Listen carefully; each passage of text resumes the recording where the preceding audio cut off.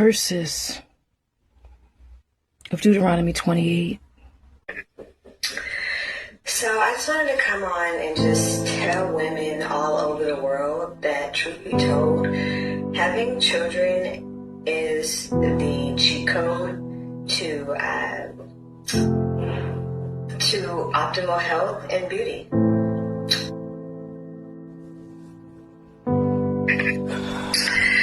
So I just wanted to come on and just tell women all over the world.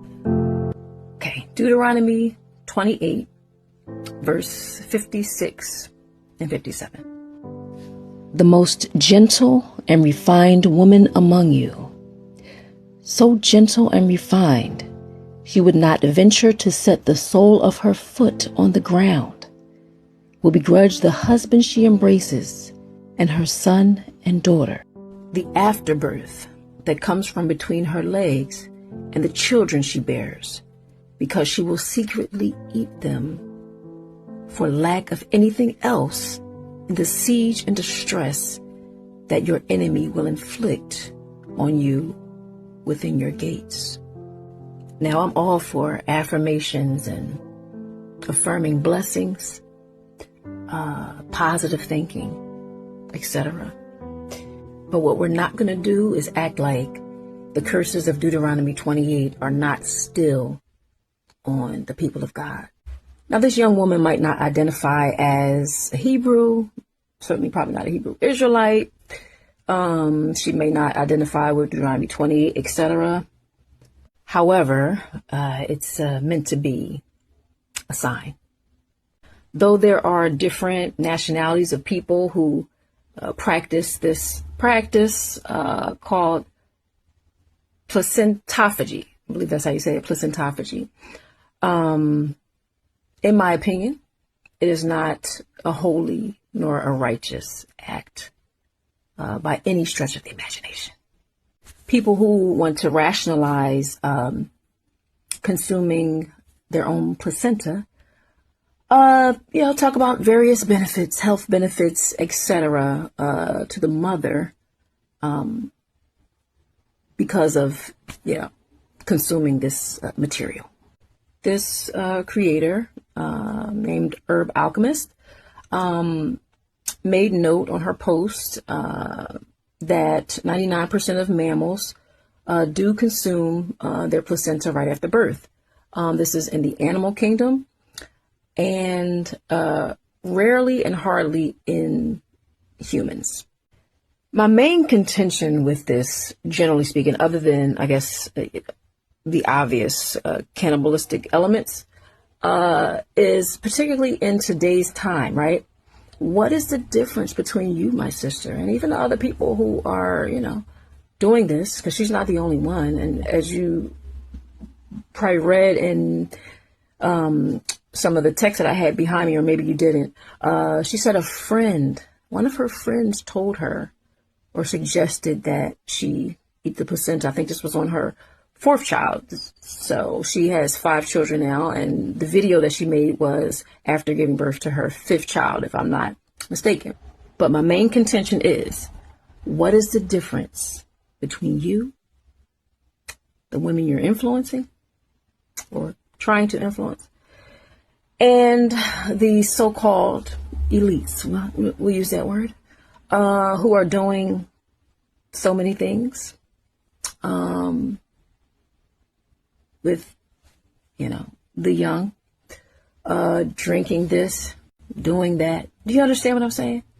What is the difference between the, quote, civilized person, the so-called righteous person, and the people who are actually literally doing cannibalistic type of wicked things? Yes, I'm going to say wicked things. What is the difference?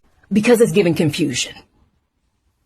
The same young woman has a post, 2 posts after her afterbirth video, railing against the atrocities done by these individuals, allegedly.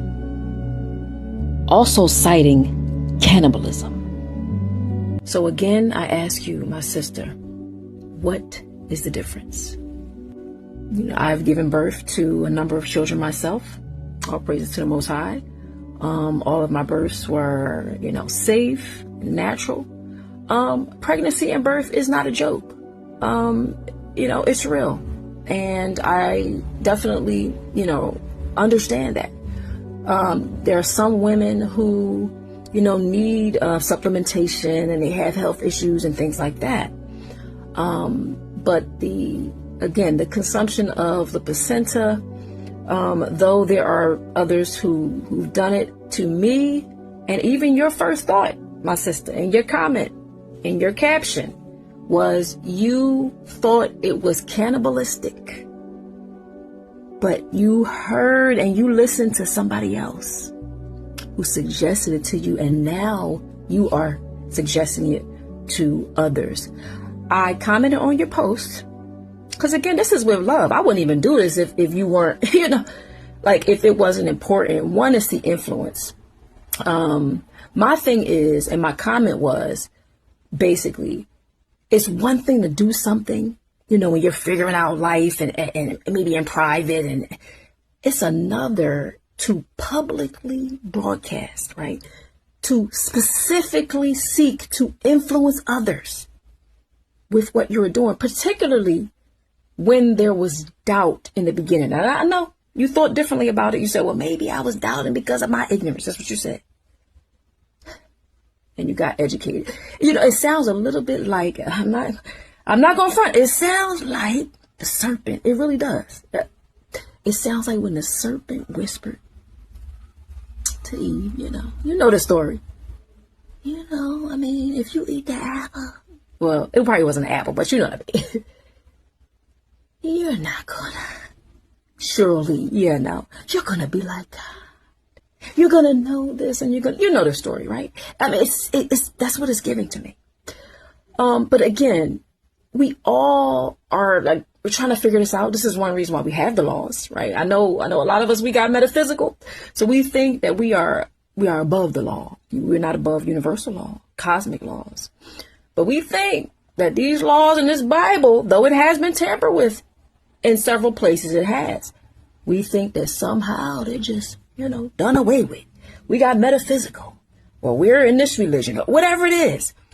And somehow, because of the origins of some of these laws and stories, we just want to just not listen to anything. Or at least not this. But this is a sign. Deuteronomy 28, if you have never, written, if you have never read it, read it. And think about who you see in that passage. If you know about the Hebrews and things like that, this is the book we call the eye opener, right? Deuteronomy 28 is the eye opener, because when you look in those curses and blessings, but when you look in those things and you see it as it's a glaring sign of what was going to happen to the people of God, to the people of Yah, to the people of the Most High. And this looks like a clear sign to me. So I had to address it, because once again, the sister addressed this publicly, and she was making a declaration to tell all the women all over the world, well, you told us.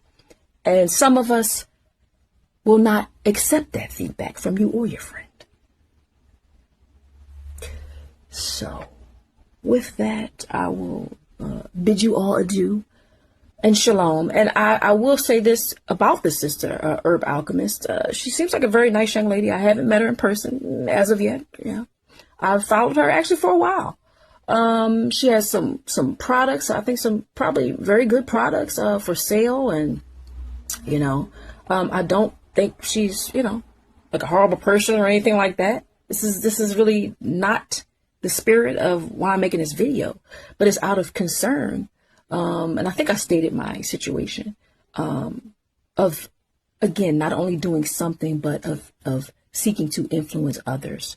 We can have differing opinions on whether humans should eat their placenta. But that 1%, that 1%, that separates the humans from the others, it means a lot. Peace and love.